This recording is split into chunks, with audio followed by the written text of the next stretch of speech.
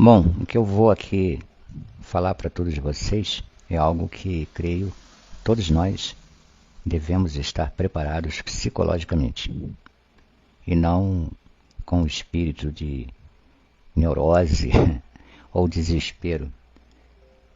Nós já sabíamos que isso iria acontecer. Nós já sabíamos de que haveria um momento na história do Brasil, diante da sua própria história e grandeza, outros movimentos iguais a esse já aconteceram, que atravessaríamos zona de turbulência. Há muito tempo o Brasil vem, de certa maneira, atravessando momentos muito delicados.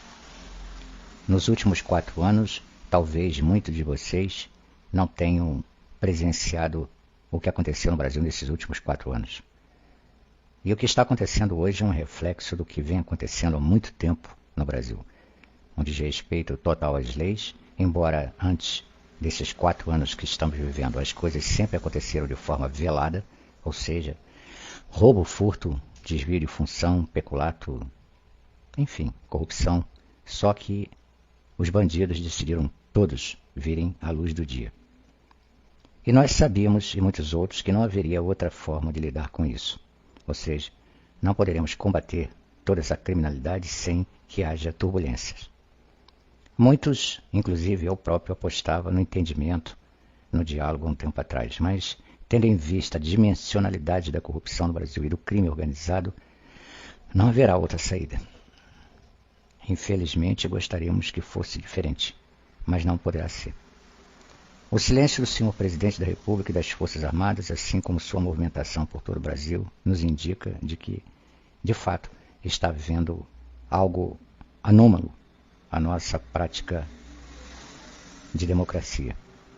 Jamais imaginávamos, creio que todos nós, que um dia veríamos pessoas sentadas em cadeiras de uma corte, agindo como se fossem partidárias de um partido ou saindo da sua prerrogativa de juiz e agindo como bandidos.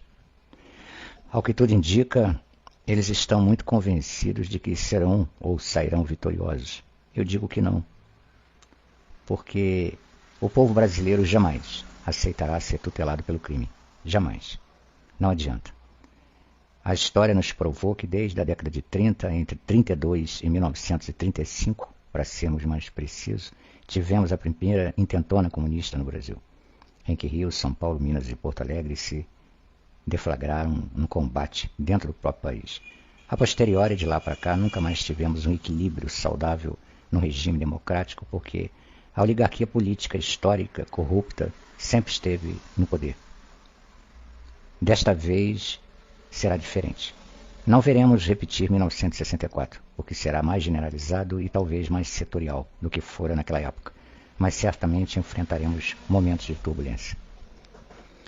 A coisa está tão escancarada no sentido da corrupção que eles não escondem sequer a vergonha de, por exemplo, diplomarem um condenado da justiça e logo depois ir para uma festa de churrasco, regados a samba e bebida alcoólica. Estou me referindo a juízes de uma Corte Suprema e um condenado da justiça julgando-se que realmente vai se tornar presidente da República.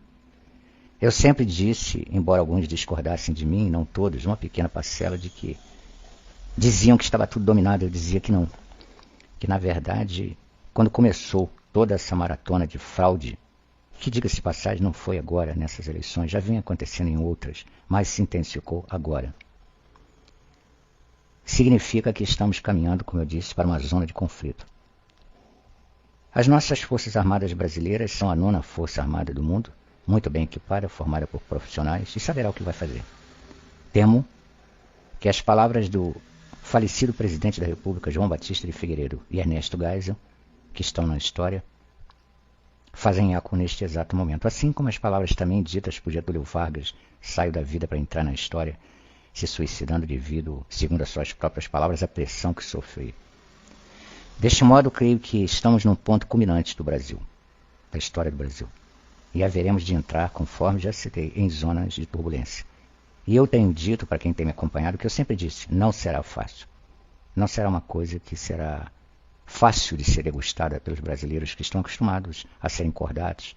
Enfim, assistiremos espetáculos grotescos de prisões de autoridades, de tentativas de tentar impugnar a justiça e a verdade das urnas, afinal o povo sabe quem votou, e quem ganhou não foi em quem o povo votou, e sim em quem eles queriam.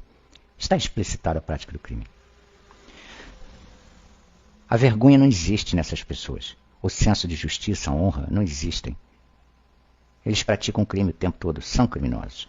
E eu, como sempre falo, não se enfrenta o crime com palavras, com discurso e com ações diplomáticas.